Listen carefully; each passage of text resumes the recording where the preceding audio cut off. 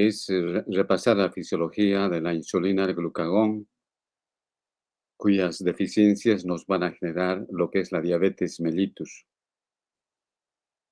Para empezar a hablar de la insulina y el glucagón es importante recordar la histología relacionada con estas hormonas y el órgano que va a tener estas células para producir el glucagón y la insulina es el páncreas.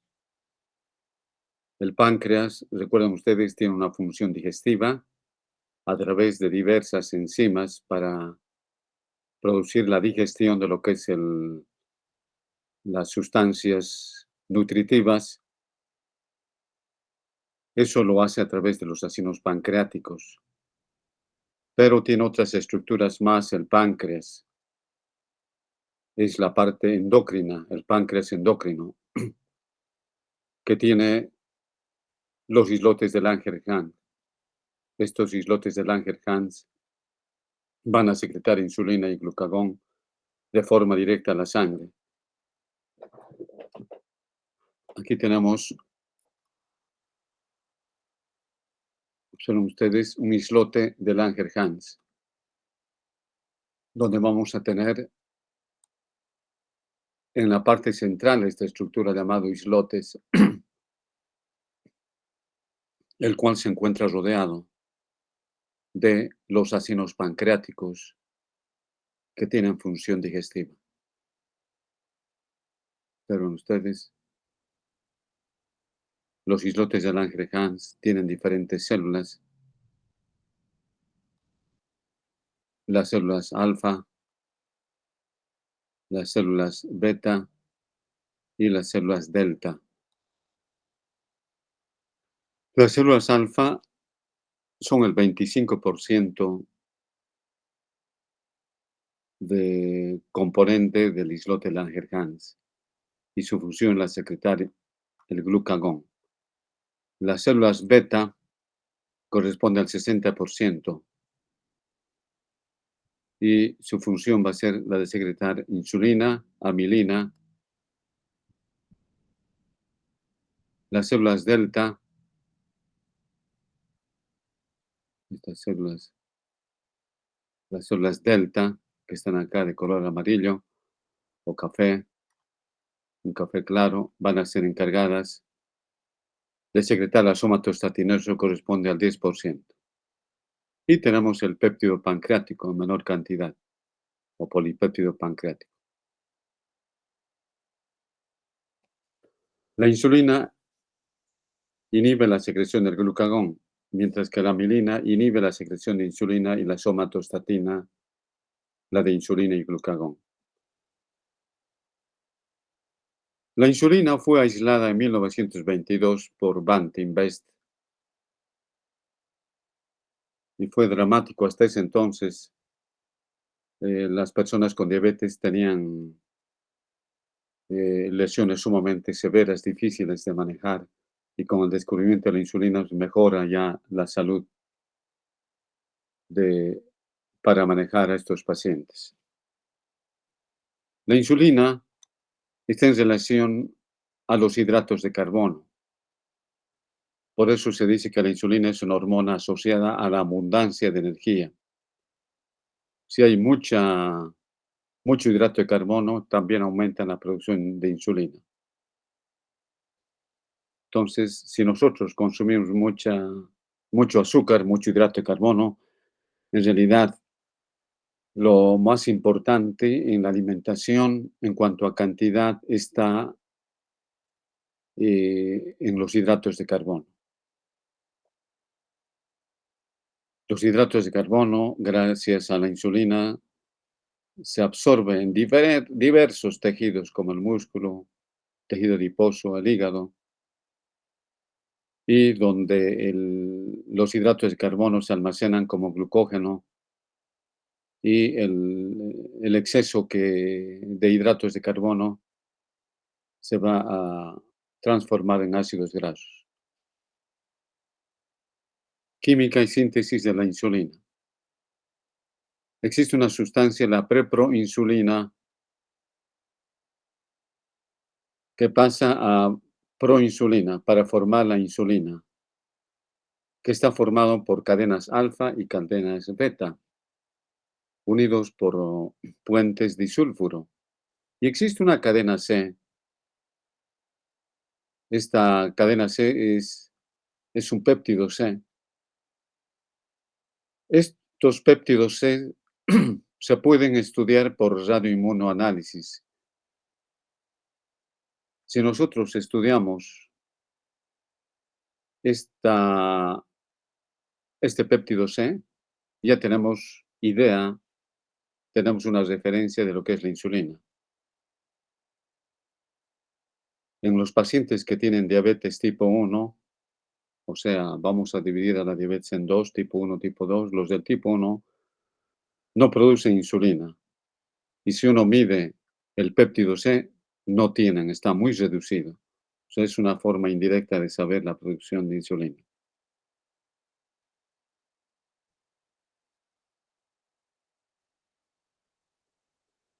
Bien, aquí tenemos una membrana celular, tenemos un receptor formado por componentes alfa, fíjense ustedes, que están hacia la parte exterior de la membrana de la célula, y en la parte de la membrana celular existe las proteínas de tipo B.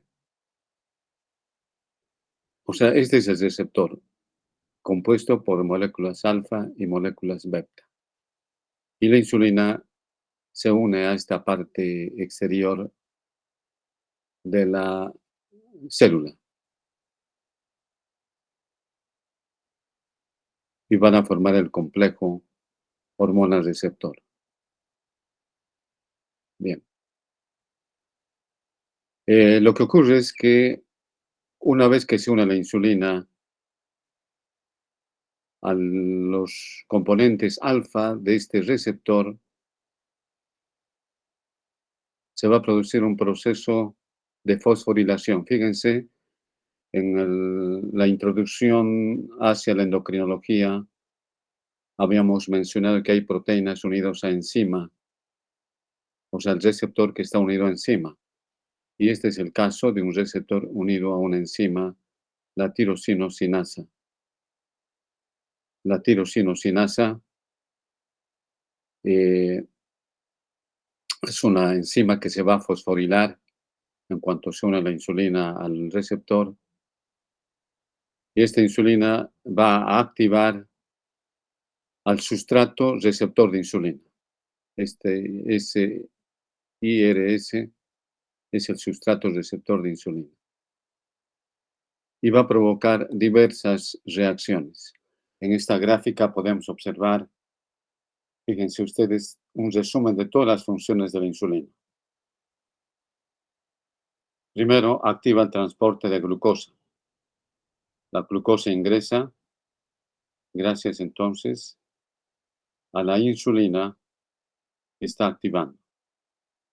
Participa en la síntesis de proteínas, síntesis de grasas, síntesis de glucógeno y activa a nivel nuclear, activa los genes. Ese es el resumen de todo lo que hacen las, la unión de la insulina con el receptor. Bien, entonces aquí les va a describir todo lo que está ocurriendo. Una vez que se une esta insulina al receptor, entonces se van a producir todas estas reacciones. Reacciones que van a producir efectos en la célula, que ya hemos mencionado, ¿no? Bien. Efecto de la insulina sobre el metabolismo de los hidratos de carbono. Entonces vamos a seguir ampliando algunos conocimientos en relación a los hidratos de carbono. Fíjense que estamos viendo cómo la insulina está en relación a los hidratos de carbono, a las proteínas y a las grasas. Hemos visto las hormonas tiroideas están en relación también hidratos de carbono, grasas y proteínas. también hemos visto en la hormona del crecimiento.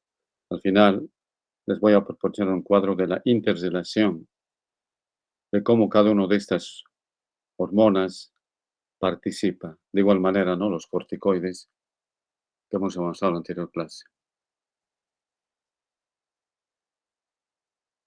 Durante gran parte del día, la energía utilizada por el tejido muscular no depende de la glucosa, sino de los ácidos grasos. Fíjense que la glucosa, cuando ingerimos, se libera insulina. La insulina de inmediato va a hacer que se transporte azúcar a todas las células musculares, el tejido adiposo, el hígado. Pero una vez que dejamos de comer y no ingerimos alimentos, baja la producción de insulina. ¿Mm? El músculo, cuando se encuentra en reposo, es muy poco permeable a la glucosa, salvo que haya un estímulo de la insulina. Eh, o sea, entre las comidas casi no hay insulina. ¿Mm? Entonces, el hígado va a liberar azúcar porque hay algunos tejidos, como vamos a ver, que necesitan de glucosa. El músculo, en dos situaciones, consume glucosa. Cuando el músculo se ejercita, hace un ejercicio moderado e intenso, eh, no utiliza la insulina para absorber glucosa. Lo que va a hacer es modificar a la glucosa 4 en GLUT4, y esto va a facilitar que se difunda el azúcar al interior del músculo. En segundo lugar, cuando uno consume mucho azúcar, de inmediato se libera insulina, ¿no? Todos los que hemos tomado un desayuno ahora en la mañana, ya empezamos, el azúcar se está produciendo, se está metabolizando, las partículas de almidón, etcétera, en partículas más pequeñas, se está haciendo la digestión. Inmediatamente esto va a estimular a la producción de insulina y estamos produciendo insulina para absorber todo el azúcar. Bien, entonces el azúcar que hemos ingerido va a ser absorbido por el músculo gracias a la insulina.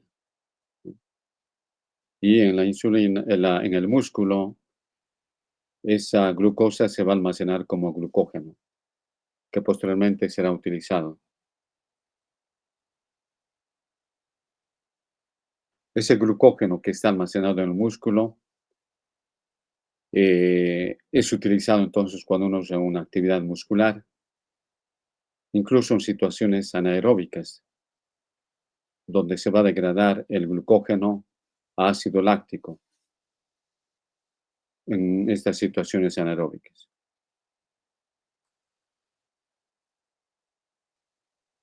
Cuando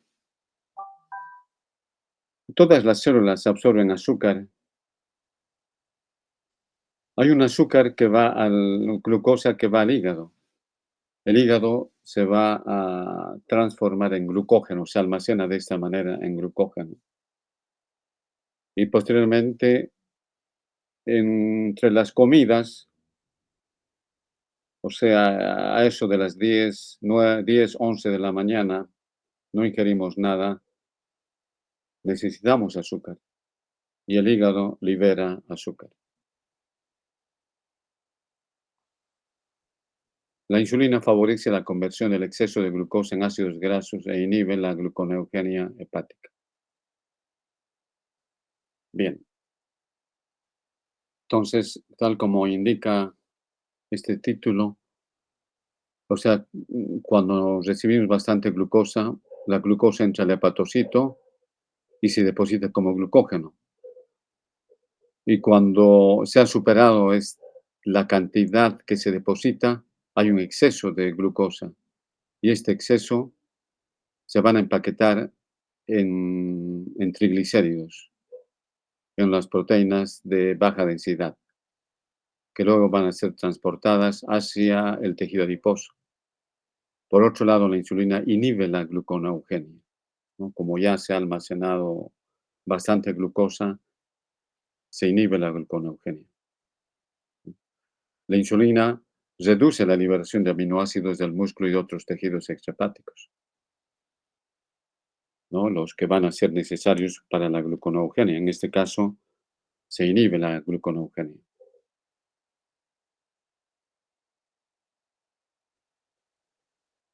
El cerebro es una de las estructuras que no utiliza insulina. En este momento estamos prestando atención, mirando una pantalla, hay un gasto energético en el cerebro. Directamente el azúcar se dirige hacia las células encefálicas para proporcionar la fuente energética, donde no hay intermediación de la insulina. No participa en, en el encéfalo la insulina. El encéfalo directamente absorbe el azúcar. Entonces, siempre tiene que haber azúcar en nuestra sangre. Por eso les decía hace un momento, en el periodo interprandial, es decir, entre las comidas, como no estamos recibiendo alimentos, tiene que haber glucosa. El hígado se encarga de liberar el azúcar a la sangre, de tal manera que el encéfalo tenga energía de manera constante. Cuando el azúcar baja hasta 20 a 50 miligramos por 100 ml, hay síntomas de shock hipoglicémico, hay irritabilidad nerviosa, hipotimia, puede haber crisis convulsiva, incluso el coma.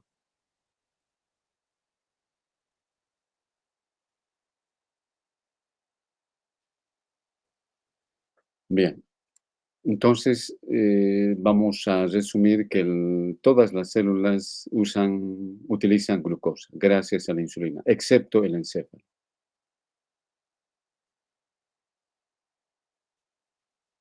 Bien, hemos visto todo referente a la insulina en relación a la glucosa.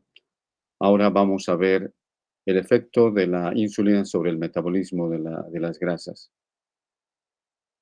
Si falta insulina, a largo plazo se puede producir una aterosclerosis con infartos de miocardio, ictus cerebral y otros accidentes vasculares. La insulina favorece la síntesis y el depósito de lípidos.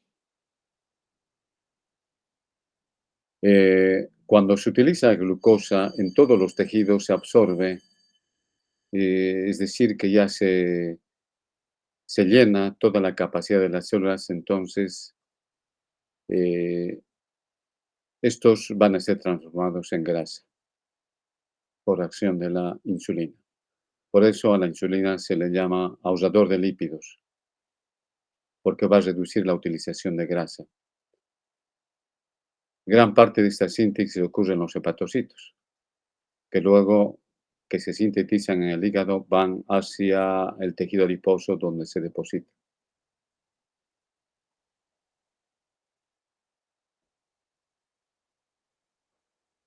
Cuando la concentración hepática de glucógeno en el hígado llega al 5 al 6%, se inhibe la gluconeogenia. No hay síntesis más de glucosa. Y el azúcar que sobra, porque ya se ha depositado en el hígado, se va a transformar en grasa. Una de las primeras etapas en la transformación de la grasa es la formación de la acetilcoenzima A partir del piruvato. Y la acetilcoenzima es la base para formar ácidos grasos. También vamos a ver cómo en el ciclo del ácido cítrico hay una gran cantidad de citrato y isocitrato cuando se utilizan cantidades aumentadas de glucosa. Estos van a activar a la acetilcoenzima carboxilasa, la cual va a carboxilar la acetilcoenzima A en malonilcoenzima Y esta también es una de las primeras etapas en la malonilcoenzima en la formación de las grasas. Luego, toda la grasa que ha sido formada en el hígado se emplea para formar triglicéridos que se almacenan en el tejido adiposo.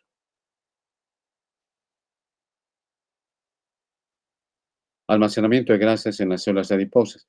La insulina ejerce otros dos efectos. La insulina inactiva o inhibe a la lipasa. La lipasa es una enzima que hidroliza, destruye las grasas como los triglicéridos en las células adiposas. Entonces, la lipasa es inhibida por la insulina, lo cual va a hacer que se inhiba la liberación de ácidos grasos. Es muy importante esto, ¿no? Entonces, se tiene que favorecer, por eso dice que es ahorrador de lípidos a la insulina. Favorece el depósito de grasa, inhibiendo a la acción de la lipasa. La insulina fomenta el transporte de glucosa a las células adiposas, ¿no? Y se van a formar ácidos grasos. Va a formar grandes cantidades del alfa-glicerofosfato. Este alfa-glicerofosfato proporciona el glicerol que se une a los ácidos grasos para formar los triglicéridos.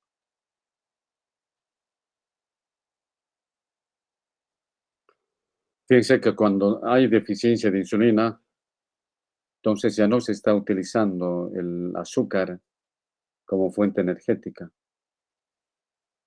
Entonces se recurre a las grasas para proporcionar energía.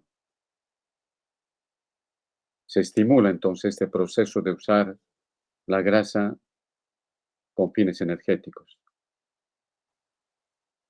Esto ocurre también incluso entre los periodos de las comidas, porque ya les he dicho hace un momento que cuando uno se sirve un desayuno que está en base a hidratos de carbono, obviamente, hay también proteínas y grasas, pero siempre está en mayor cantidad los hidratos de carbono, se secreta insulina. Pero en el periodo interprandial no hay insulina, entonces se recurre a los ácidos grasos también para producir energía.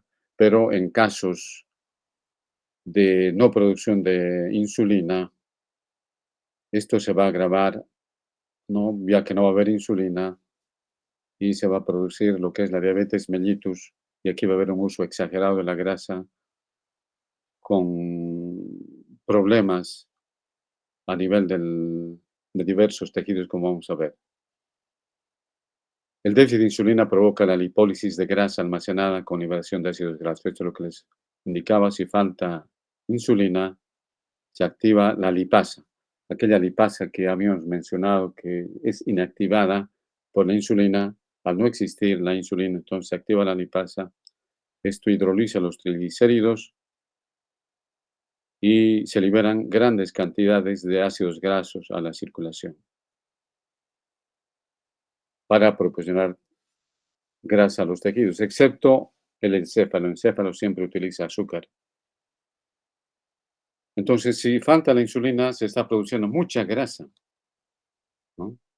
Aumenta las concentraciones de colesterol y de fosfolípidos.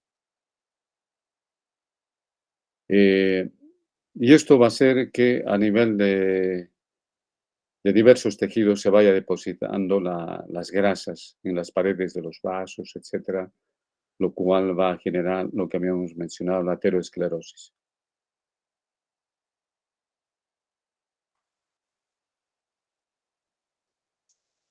El consumo exagerado de grasas durante la falta de insulina provoca la cetosis y la acidosis, ¿no? Entonces, como no hay insulina, causa una síntesis exagerada de ácidos grasos. Se libera ácidos grasos a la circulación, eh, se activa el mecanismo de la carnitina para el transporte de ácidos grasos a las mitocondrias. Acá se produce a nivel de las mitocondrias una beta-oxidación de los ácidos grasos y se liberan grandes cantidades de acetilcoenzima. y va a formar el ácido acetoacético. Y de nuevo se forma la acetilcoenzima para usarlo con fines energéticos.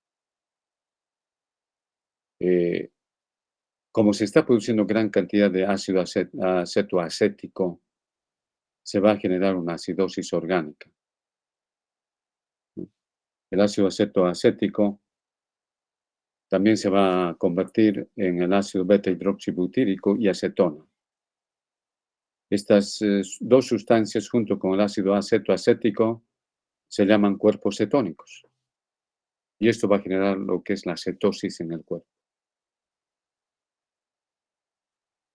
Entonces hemos visto, eh, a manera de recapitulación, cómo la insulina actúa sobre los hidratos de carbono.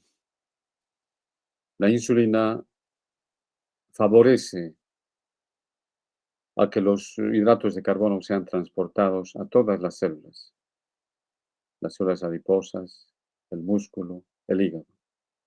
En el hígado se almacena como glucógeno, pero cuando se rebasa esta capacidad ya, estos se transforman en ácidos grasos. A nivel de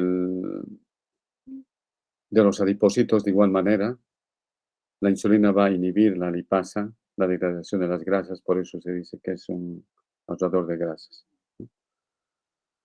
Ahora vamos a ver el efecto de la insulina sobre el metabolismo de las proteínas y el crecimiento. La insulina facilita la síntesis y el depósito de proteínas. Entonces, la insulina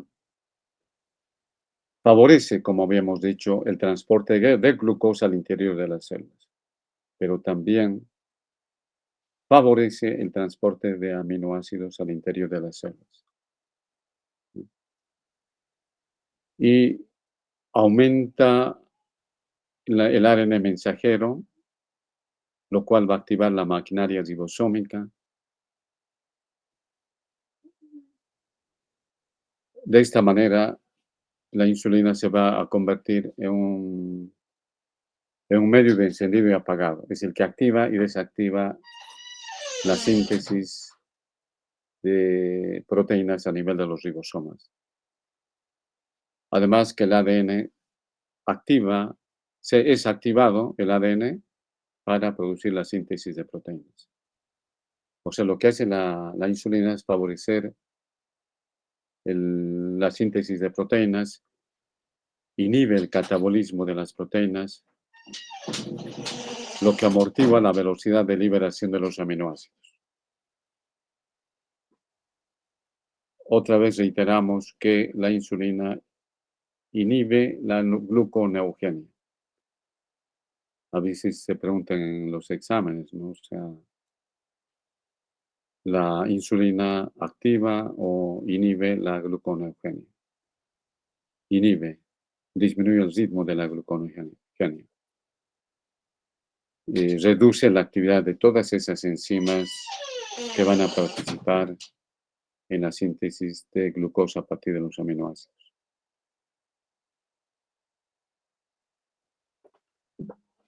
La deficiencia de insulina provoca el descenso de las proteínas y el incremento de los aminoácidos en el plasma.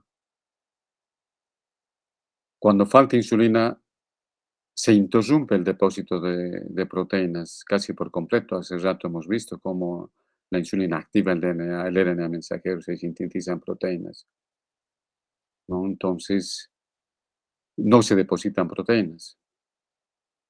Y esto va a generar un catabolismo de las proteínas. ¿No? Y se va a producir gran cantidad en este catabolismo proteico de aminoácidos que van a ser usados como fuente energética. Entonces, en este caso, como no hay insulina, se está activando la gluconeogenia.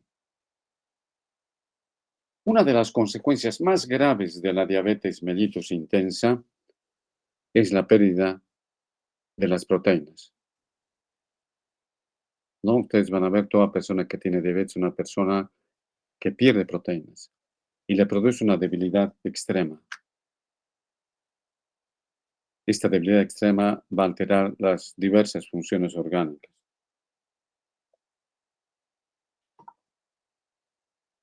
Ahora, esto es un recuerdo de lo que habíamos visto, que la insulina y la hormona del crecimiento actúan de manera sinérgica para promover el crecimiento.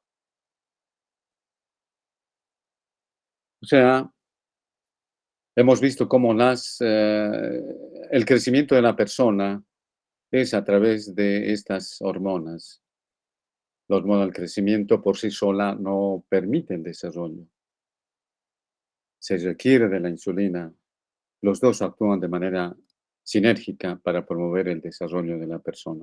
Los dos tienen que funcionar de manera adecuada. La hormona del crecimiento solita apenas logra un crecimiento, pero no es lo óptimo. Y de igual manera la insulina, porque la insulina es la que sintetiza proteínas. Entonces, y la hormona del crecimiento requiere de proteínas.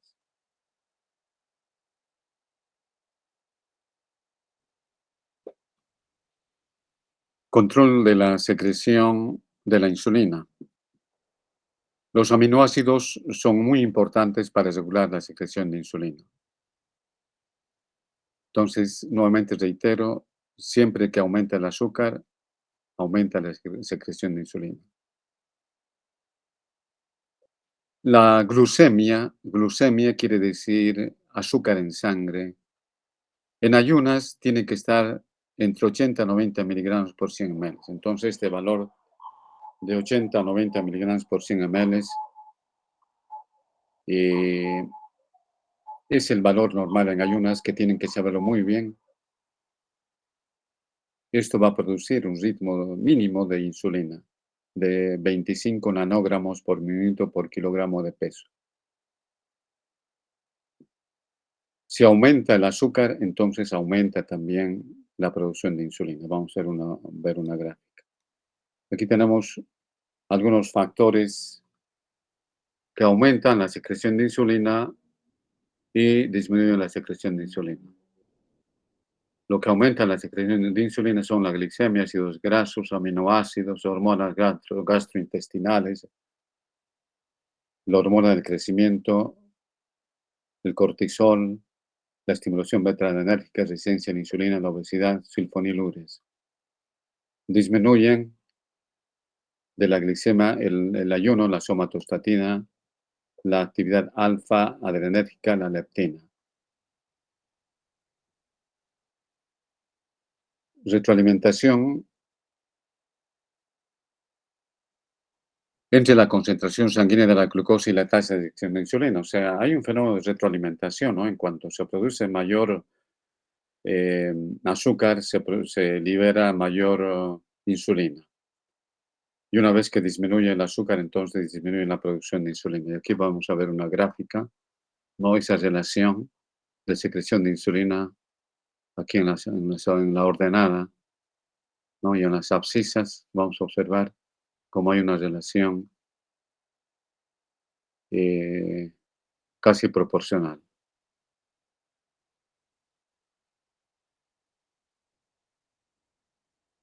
Otros factores que estimulan la secreción de insulina. Los aminoácidos, especialmente la arginina y la lisina, van a estimular. Hay hormonas gastrointestinales que producen la insulina, la gastrina, la secretina, la colecistocinina, el péptido parecido al glucagón 1, las sincretinas, son los que van a estimar la producción. En el sistema nervioso autónomo que producen la secreción de insulina van a ser el glucagón, la hormona del crecimiento, el cortisol.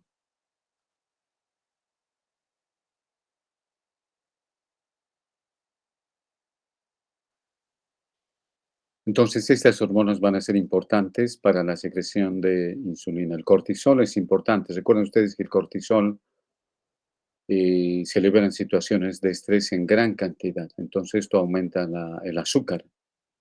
Aumenta el azúcar y esto va a activar a la insulina. La estimulación de los nervios parasimpáticos pancreáticos aumenta la secreción de insulina durante cuadros hiperglicémicos, mientras que la estimulación de nervios simpáticos puede incrementar la secreción de glucagón. Vamos a pasar a ver otra hormona, el glucagón. Estamos viendo este tema, la insulina y el glucagón. Son dos hormonas producidas en los islotes de Langerhans. Las células alfa que producen el glucagón, las células beta producen la insulina y la somatostatina que produce las células delta. Hemos visto todo referente a lo que es la insulina, cómo la insulina es muy importante para participar en el metabolismo de los hidratos de carbono, las grasas, las proteínas, ¿no? En los hidratos de carbono favorece el transporte de glucosa al interior de las células, a nivel del músculo, a nivel del hígado. En el hígado se almacena como glucógeno y luego se va a transformar en grasa. Las proteínas activan la maquinaria proteica para la síntesis de proteína, ¿no? Por eso que tiene un efecto sinérgico con la hormona del crecimiento, porque para crecer se necesita proteínas y la insulina favorece esta síntesis. Por eso el efecto de la insulina con la hormona del crecimiento se potencializa. El sinergismo quiere decir que ambos, hay una sinergia. La presencia de los dos va a aumentar su acción. Separados, apenas cada uno tiene su acción, ¿no? Lo mismo sobre las grasas, va a estimular la producción de grasas.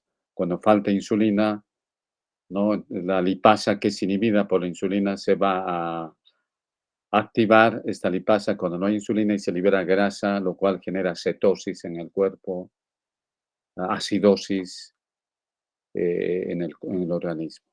Ahora vamos a ver, y por otro lado, no se olviden, el encéfalo solo utiliza glucosa, no utiliza otro material energético. Ahora vamos a ver el glucagón. En general, en el cuerpo siempre tenemos sustancias que estimulan y otras que disminuyen o inhiben. En este caso, tenemos el glucagón que tiene una acción opuesta al de la insulina, ¿no? Eh, eleva la concentración de glucosa en la sangre. La insulina disminuye la concentración de glucosa en la sangre. El glucagón, reitero, aumenta, es hiperglicemiante o hiperglucemiante y lo hace a través de dos procesos.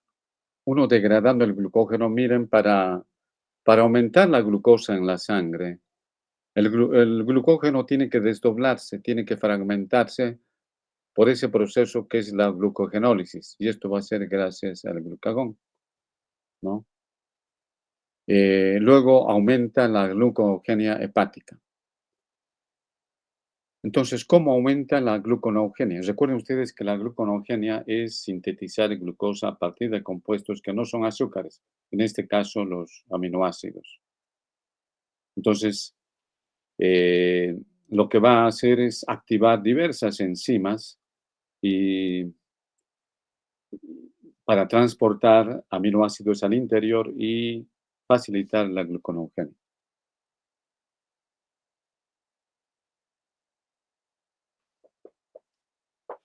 Regulación de la secreción del glucagón. La hiperglicemia inhibe la secreción de glucagón. La hipoglucemia estimula la producción de glucagón. El descenso de la glucemia desde un valor normal de, hemos dicho que 80-90 es el azúcar normal en ayunas, pero si baja de este valor, entonces estimula la producción del glucagón. También se ha visto que el incremento de aminoácidos estimula la secreción del glucagón. Aminoácidos del tipo de las alininas y las argininas van a estimular la secreción. Es parecido a la insulina, ¿no? O sea, ambas sustancias también estimulan a la insulina, tal como hemos visto. El ejercicio estimula la secreción de glucagón. cualquier ejercicio agotador que realizamos eh, requiere el ejercicio de azúcar, entonces se va a liberar glucagón para aumentar el azúcar y material energético. La somatostatina inhibe la secreción de glucagón e insulina. Recuerden ustedes que las células delta de los islotes de Langerhans secretan hormona que es la somatostatina, ¿no? Todos los factores relacionados con la ingestión de alimentos estimulan la secreción de somatostatina. El aumento en la glicemia, aumento de aminoácidos, los ácidos grasos, los tres componentes van a activar la somatostatina. También las hormonas gastrointestinales. Y a su vez, la somatostatina tiene efectos inhibidores. Actúa sobre el islote localmente, ¿no? Sobre el mismo islote donde es producido la somatostatina y va a regular o reducir la secreción tanto de insulina como del glucagón. También la somatostatina reduce la motilidad del estómago, el duodeno y la vesícula biliar. La somatostatina disminuye la secreción como la absorción, ¿no? de la glucosa a nivel del tubo digestivo. Esta somatostatina es la misma somatostatina que hemos hablado en el caso de la hormona del crecimiento. Recuerden que la hormona del crecimiento tiene una sustancia inhibitoria y esta sustancia inhibitoria también es la misma somatostatina, solo que actúa en diversos lugares, ¿no?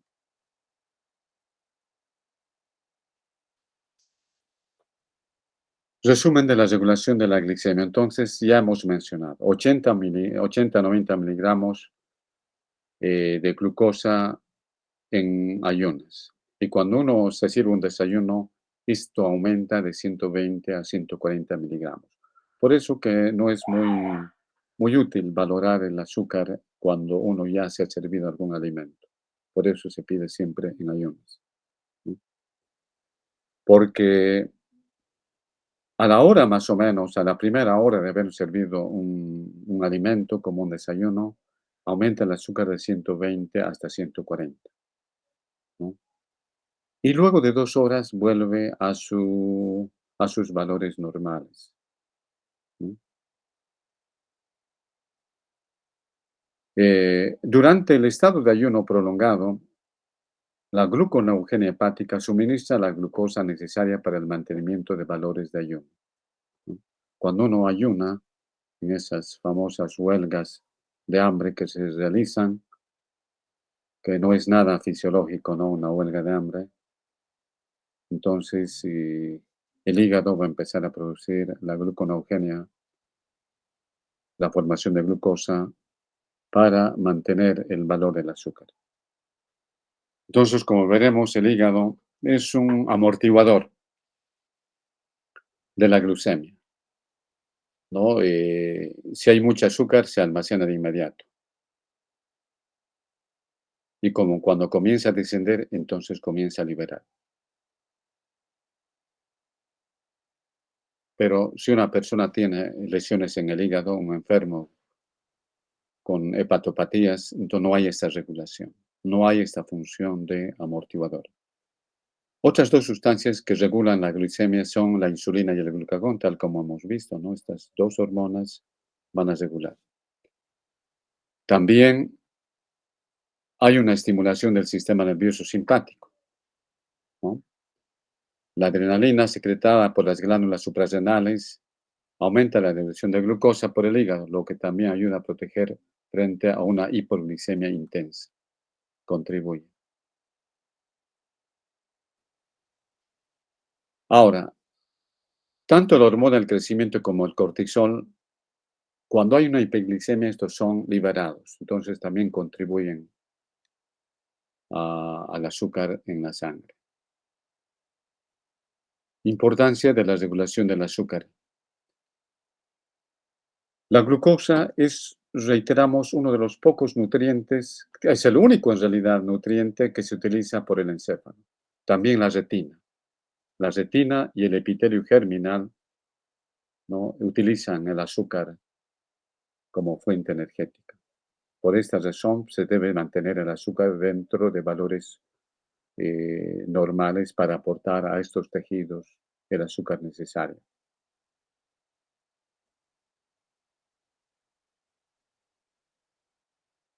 Fíjense, el azúcar tiene que mantenerse de manera constante. ¿Qué pasaría si no se saque el azúcar de la sangre? Que no haya insulina, entonces aumenta el azúcar en la sangre y hay un aumento de la presión osmótica en el líquido extracelular y esto generaría una deshidratación celular. Y miren cuán importante es retirar el azúcar de la sangre por la insulina, ¿no? Y cuando hay mucho azúcar en la sangre tiene un efecto diurético. La persona orina azúcar y el azúcar arrastra agua y se pierde. Y esto produciría una diuresis osmótica renal que hace descender los líquidos y electrolitos orgánicos. La persona cuando orina en gran cantidad, cuando hay mucho azúcar, no solamente está orinando azúcar con agua, sino también otros electrolitos. El ascenso, o sea, si hay mucho azúcar en la sangre, entonces va a producir daños muy importantes en los vasos sanguíneos, ¿no? Va a haber ataques al corazón, riesgos de ataques al corazón, riesgos de ictus, o sea, ictus es la interrupción de la irrigación a un tejido cerebral. Va a haber insuficiencia renal. Entonces, fíjense, por estas cuatro razones, cómo se tiene que regular el azúcar. Y para terminar, vamos a ver la diabetes mellitus. La palabra diabetes mellitus significa, mellitus viene de miel, porque recuerden ustedes que hay otra diabetes, la diabetes insípida. A ver, ¿quién se acuerda qué es la diabetes insípida?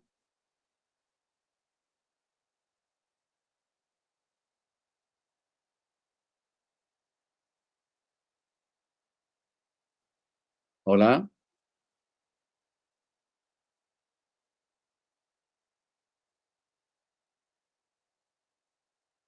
hola. ¿Quién se acuerda de la diabetes insípida? Porque hay dos, diabetes mellitus y diabetes insípida. Lo que ocurre es que nosotros habitualmente decimos diabetes y ya está en nuestra mente que hay problemas en el azúcar. Pero si uno se va al detalle, cuando uno dice diabetes no está especificando con precisión a qué tipo de diabetes. Claro, lo interesante es no que la diabetes mellitus es la que abunda en nuestra sociedad, en nuestro medio. En cambio, la diabetes insípida es sumamente rara, ¿no? Hay personas que tienen diabetes insípida, son raros, son pocos los pacientes. O sea, de tal manera que decir diabetes ya es hacer referencia al azúcar, sin necesidad de decir mellitus. A ver, ¿quién sabe qué es la diabetes insípida? ¿Hola? ¿Me están escuchando? Sí, doctor. A ver, a ver, ¿alguien sabe? ¿Se recuerda? La palabra diabetes quiere decir salida, eliminación. En este caso es la eliminación de orina con características azucaradas, ¿no? Orina como la miel. La diabetes insípida está en relación a la hormona antidiurética. Cuando no se produce, el cuerpo no produce por alguna lesión y la persona orina. He tenido la oportunidad de ver pacientes que orinan, imagínense, de 10 a 12 litros al día que orina una persona, ¿no? Entonces, necesitan hormonas perdón, medicamentos de la hormona del tipo de la hormona antidiurética para no orinar, ¿no? Esa es la diabetes insípida. Orinar en gran cantidad agua. La diabetes mellitus, orinar en gran cantidad agua con azúcar. Esa sería la diferencia. Entonces, decía, difícilmente nos equivocamos si solo decimos diabetes, porque la diabetes insípida es sumamente rara. Hay dos clases de diabetes, uno tipo 1, la insulino dependiente. Hay una falta de secreción de insulina. y son los que se están inyectando insulina continuamente. A veces desde niñitos se inyecta insulina, ¿no? ¿Alguien ha visto inyectarse insulina, por si acaso? Se inyectan de manera subcutánea, en diferentes partes del cuerpo cada día, no subcutáneo. Son agujitas sumamente delgaditas, de milímetros prácticamente la jeringa, y se inyectan mínimas cantidades y esto les mantiene con vida, ¿no? En cambio, la diabetes tipo 2 es la diabetes mellitus no insulino dependiente. Hay una menor sensibilidad a la insulina. Hay insulina, pero no está reaccionando de manera adecuada. La diabetes tipo 1 comienza con una hiperglicemia, aumenta el uso de... Es recordar todo lo que hacen las... Miren, cuando hay diabetes mellitus, uno recuerda las funciones sobre los tres componentes de la alimentación. Se alteran los hidratos de carbono, se alteran las grasas, se alteran las proteínas. Los tres se alteran, ¿no? Se utiliza las grasas como material energético en exceso, hay pérdida de proteínas orgánicas, la persona se debilita.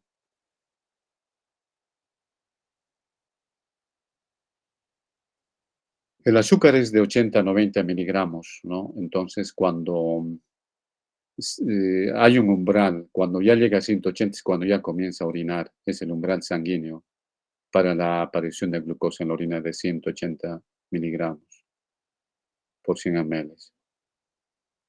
Eh, Cuando la glicemia se eleva de 300 a 500 miligramos, hay gente que está con esos valores, ¿no? Está todavía caminando, el azúcar muy elevada y se pierde hasta 100 gramos por la orina. Obviamente esto les va a producir deshidratación. Si se deshidratan, van a tener mucha sed, por eso dice polidipsia. De manera simplificada, hay las 3 P's en la diabetes. Poliuria, orina mucho. Como orina mucho, le da mucha sed, genera lo que es la polidipsia. Y está eliminando proteínas, etcétera, y decaimiento, y hay una polifagia. La diabetes tipo 2, ustedes van a llevar a una materia con bastante detalle, solamente estamos ilustrando. Hay una resistencia, hay una baja producción de la insulina o una resistencia de la insulina. Las células no responden a la insulina, ¿no? Eh, Esto se observa en personas, por ejemplo, una persona obesa que a- tiende a acumular grasa en la parte abdominal. Hay una resistencia a la insulina, hay una hiperglicemia en ayunas, hay anomalías de los lípidos, hay también hipertensión por el acúmulo de grasa en las paredes de los vasos sanguíneos. La glucosa en la orina debe ser 80 90, no se olvide. Puede llegar hasta 110, pero arriba de 10, 110 ya es diabetes. Aquí tenemos dos figuras, una persona normal como el azúcar de 80 se eleva cuando desayuna y luego baja a partir de las 2 horas. En cambio, una persona que tiene diabetes, fíjense, sube, por un lado está arriba de 110 su azúcar y no baja, fíjense, 5 horas, 3 4 recién a las 5 horas baja, ni siquiera baja totalmente, ¿no?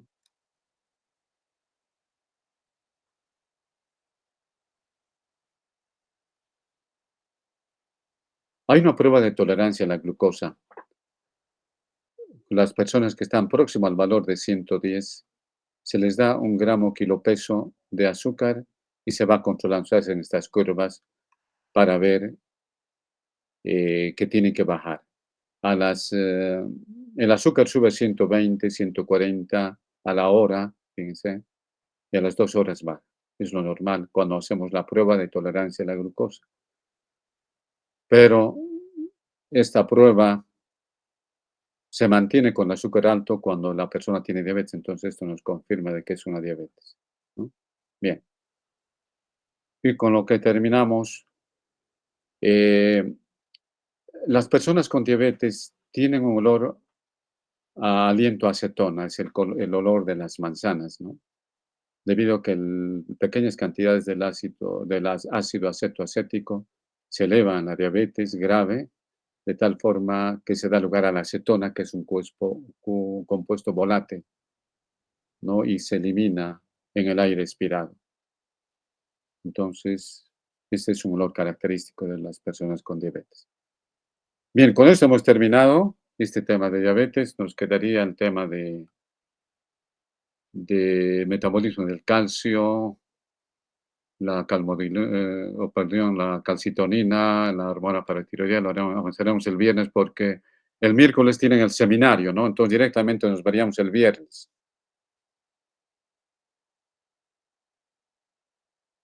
¿Tienen el seminario, no, este miércoles? Sí, doctor. Hola, Sí. ya. Muchas gracias. Buenos días, hasta luego.